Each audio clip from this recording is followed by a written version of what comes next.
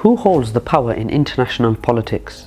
Most people would probably say it's the largest states in the global system. The current landscape of international relations seems to create this perception, with talks of Russia's new geopolitics, Trump's America First, and the rise of China, which seems to put state power back in charge after decades of globalization. Yet multinationals like Apple and Starbucks still wield phenomenal power.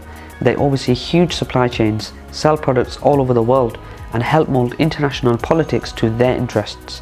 I'm Kasim, this is KJ Vids, and in this video we will look at who is more powerful, states or corporations. A website called Globalisation.com compared states and corporations based on how deep their pockets are, using calculations from Forbes Fortune Global 500 list and CIA World Factbook of 2017.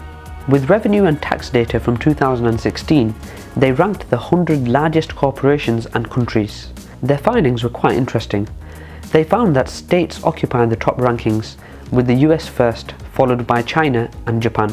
The Eurozone would rank first with more than the US if we treated it as a single political entity. But plenty of corporations are on par with some of the largest economies in the world. Walmart, for example, exceeds Spain and Australia. From the total 100 revenue generators, the rankings show 71 are corporations. They also found that the top-ranked corporations follow the same nationality order as states. For example, America's Walmart is followed by 3 Chinese firms. There are already 14 Chinese firms in the top 100, though the US has 27.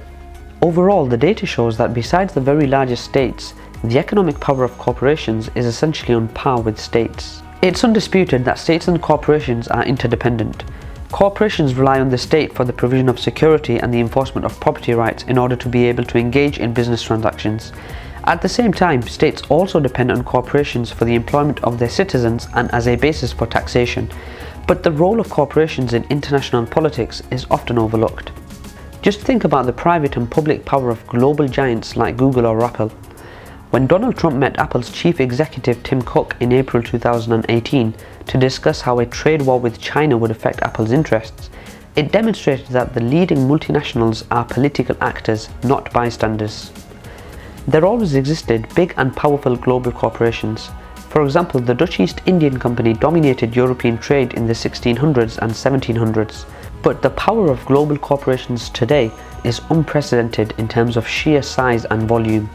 But when did corporations get so powerful? Following World War II, the world was very state-centric, shaped by capital controls, fixed exchange rates, and limited free trade agreements. The nation-state was able to regulate the national economy, often via corporatist arrangements as in Western Europe. But this changed with the end of Bretton Woods in 1971 and major advances in information and communication technologies. The transformation in international patterns of production led to the breakup of obstacles for cross-border financial flows. This profound structural change enabled corporations to internationalize. The flow of foreign direct investment doubled from 1972 to 1975 and rose to unprecedented levels in the coming decades.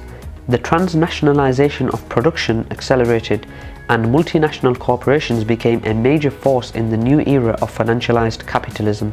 We're now in an era in which the most powerful law is not that of sovereignty, but that of supply and demand. As scholar Gary Giraffi of Duke University has argued, denationalization now involves companies assembling the capacities of various locations into their global value chains.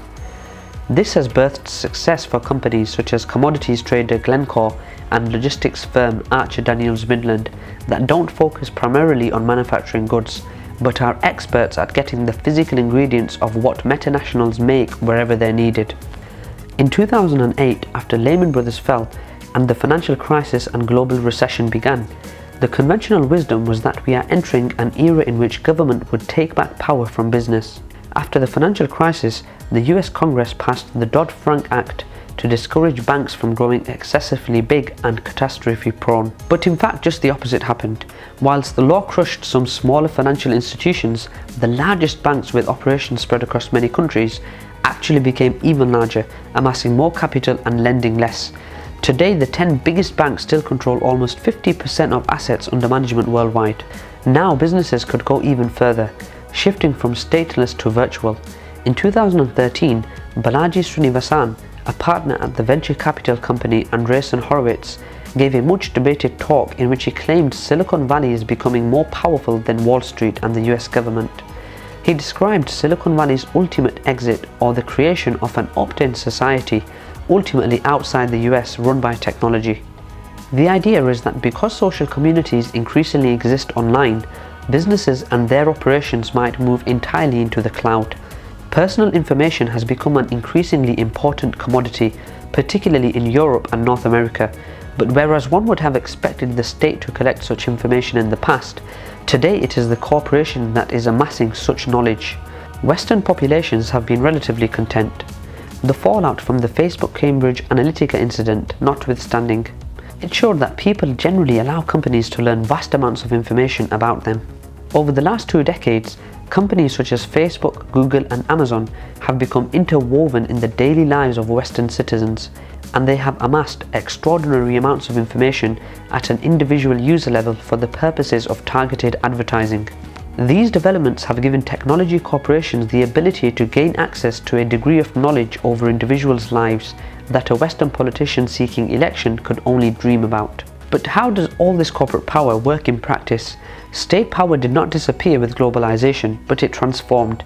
It now competes with corporations for influence and political power. States use corporations and corporations use states. Take the following 2 examples of offshore finance and transnational state-owned enterprises. With offshore finance, global corporations use different jurisdictions to avoid being taxed or regulated in their home country. Lost taxes due to profit shifting could be as high as $500 billion globally. When states position themselves as tax havens, they undermine the ability of onshore states to tax corporations and wealthy individuals, a cornerstone of state power.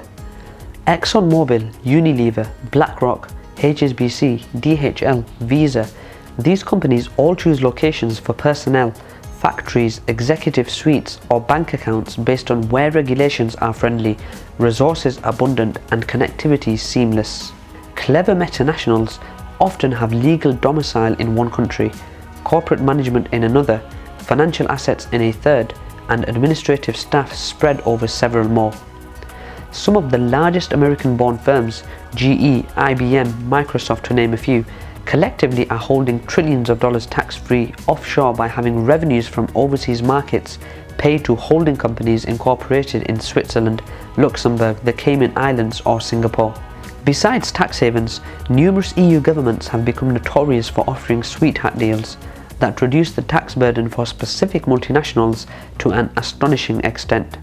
A research group at the University of Amsterdam recently identified 5 countries who play an important additional role in facilitating tax avoidance. This includes the UK, the Netherlands, Switzerland, Ireland and Singapore. Each enable multinationals to shift investments at minimum cost between tax havens and onshore states. States have also grown as global corporate owners in recent years. They now control almost 1/4 of the Fortune Global 500. By investing in state-owned enterprises beyond their borders, states gain strategic leverage via other states or actors. Russia's gas pipeline holdings via Gazprom in Eastern Europe is a good example. This has led some observers to diagnose a potential transformation of the liberal world order through state capitalism. This diagram shows the aggregated numbers of transnational state-owned enterprises owned by each country. The nodes represent states as owners. The bigger and darker a node, the more companies it owns outside its borders. Notice the paramount position of China, which controls over 1,000 transnational state-owned enterprises, including the likes of Sinopec and ICBC China.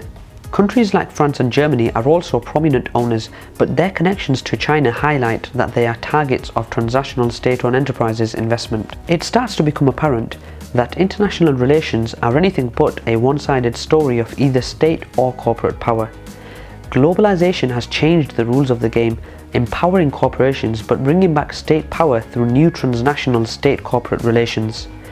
International relations has become a giant 3-dimensional chess game with states and corporations as intertwined actors. By many measures, corporations are more central players in global affairs than nations, said Benjamin Barber, who is an American author, adding that we call them multinational, but they are more accurately understood as post-national, transnational or even anti-national, for they abjure the very idea of nations or any other parochialism that limits them in time or space. This transformation of the global environment is probably here to stay and even accelerate. For example, Washington recently blocked the large Chinese telecommunications manufacturer ZTE from access to critical American suppliers. It did this to gain advantage in trade negotiations with Beijing. The Chinese Sovereign Wealth Fund then withdrew its long-standing investment in the American Blackstone Group following Trump's push for economic sanctions on China. We live in an era where the interplay between state and corporate power shapes the reality of international relations more than ever. In combination with the current nationalist and protectionist backlash in large parts of the world, this may yet lead to a revival of global rivalries. States will use corporations to achieve geopolitical goals in an increasingly hostile environment, and powerful corporations perhaps using more aggressive strategies to extract profits in response. This is where we are heading, and it will have an impact on the world order. Thanks for watching another KJ video. We would love to hear your feedback and views in the comments below. We often take on board many of your comments to improve our videos. You can also support KJ Vids either by becoming a monthly Patreon or making a one-off donation on fundmypage.com. Your funds allow us to pay for quality research, licenses for music, pictures and videos, as well as video editing costs. With your support, we can remain financially independent, which allows us to present an unbiased view and a critical assessment of the actions and interests of world powers. The links to both of our crowdfunding pages are in the description. Finally, don't forget to subscribe to our YouTube channel and register for the alerts so you never miss our videos. Thanks again and see you next time.